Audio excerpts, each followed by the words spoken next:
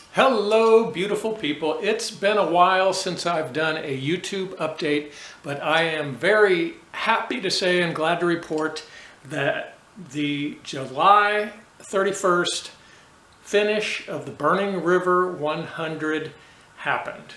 It was a tough one, but as hoped, I ran all of the miles in this pair of Xero Z-Trails, making Burning River the toughest course I've ever finished in this lightweight a sandal. It is currently August 10th, and in 15 days I'll be celebrating 60 years old.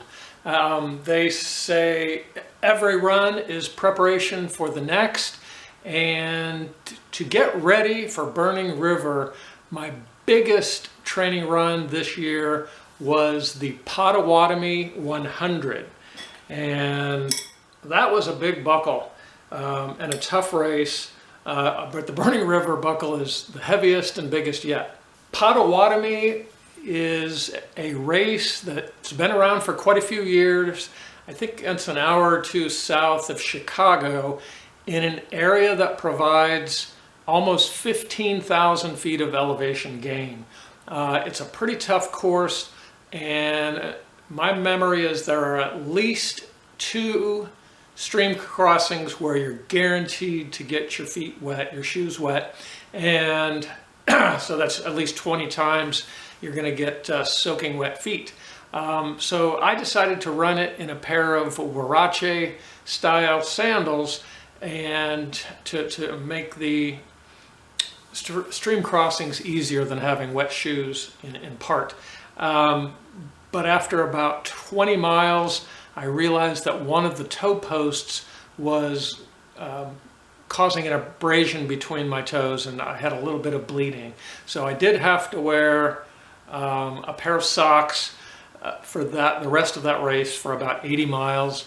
I think it was because I forgot to lubricate the insides of the lacing, the straps on that pair of sandals. And anyways, it was a successful race in early April, one that had been on my bucket list for years.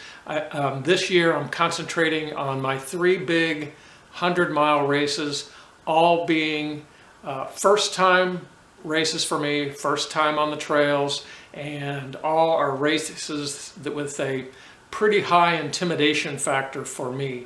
At Potawatomi, I finished with about an hour and 10 minutes left on a 34-hour clock.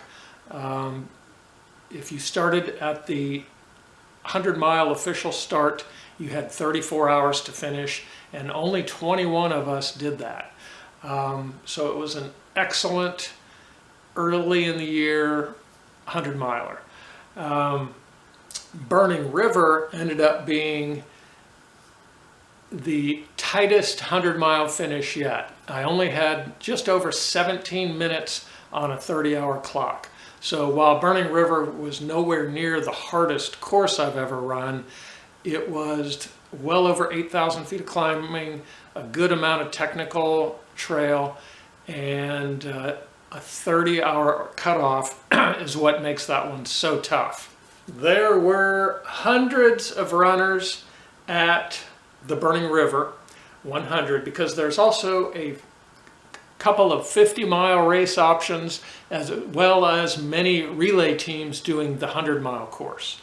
To the best of my knowledge, I was the only one nutty enough out there to be doing any of the distances in sandals. And these are super lightweight sandals. I don't remember what they weigh. I'm going to guess about 8 ounces for my size. And after my experience at Potawatomi, I did remember to smear Body Glide generously to the insides of the lacing system. Oftentimes out on that course and other courses, I would just let out a howl like a wolf, and after the race at the Hi-Ho Brewery, we had lunch that Sunday. Got to talking to another runner, and he had raised a substantial amount of money for this organization. And when he, after he left the restaurant, came back in and gave me this shirt. And I thought it was interesting that it's got the wolf on it. Looks a lot like my college alma mater mascot. At the Burning River 100, it's pretty common for runners to have a pacer, multiple pacers, and crew help.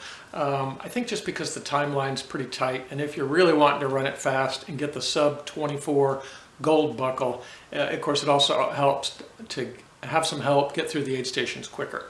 As I came into the turnaround point, the course is 50 miles out, 50 miles back, more than that because the course is closer to 102 miles. But regardless, it took me 13 and a half hours just to get to the turnaround point. That was just to arrive before the aid stop. And prior to that, I was planning on just having my wife pace about the final 13 miles. As I was realizing I was going to be closer to the cutoffs than hoped, I started arranging to have her pace the last 24 or so miles. So anyways, I picked her up in the middle of the night, probably 2:30 in the morning, and sometime after that, probably 80 to 85 miles in, still dark, my right foot slipped in the sand, and as I recovered that foot, I believe the second largest toe got caught on a rock. Shredded that toe pretty well. It looked like a deep cut. There was a substantial amount of blood, and couldn't tell if the toenail was cracked or whatever was going on, but it was a little bit of a scary moment. And so we're pretty far from any aid stations, didn't have any band-aids, and I had already lightened up my pack and taken some of the gear out that might have helped. So I'm drinking extra fluids as the blood's coming out of my toe. Thought that was kind of funny at the time. But fortunately, the wound clotted fairly quick and the pain subsided and we carried on. It was just a reminder to always pick up those feet. And that's kind of what these are all about. One of the lessons of your toes hanging out in sandals is to always pick up the feet and pay super close attention to the tread, which helps prevent falls. Knock on wood, it's been a few races, quite a few ultras and a few 100-milers since I've had a real fall on the trails. So preserving my hands, arms, shoulders, that's one of the priorities and goal races. So anyways, the bloody toe experience has happened 2 or 3 times in 12 years. And I've consciously made a decision that I'd rather have a stubbed toe than a real injury. Merely a flesh wound, but I don't want to have real damage to the feet, ankles, knees, hips, back, etc. So not wanting to scare people away from the sandals, but remember a really deep focus and awareness is fostered by wearing these. So I am super pleased to have both of these buckles. The finishes, I relish that accomplishment, but each run's just training for the next.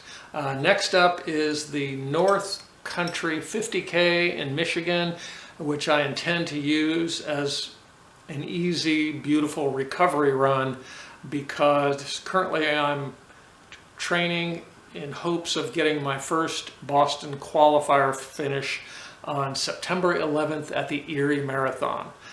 So in the past, anytime I've ramped up speed training, I've ended up with really tight legs. In fact, I started some speed work before Burning River and would have to say it almost cost me the finish. The night before Burning River started on July 30th, that Friday night, my legs were so tight and tense and achy that I didn't sleep much at all.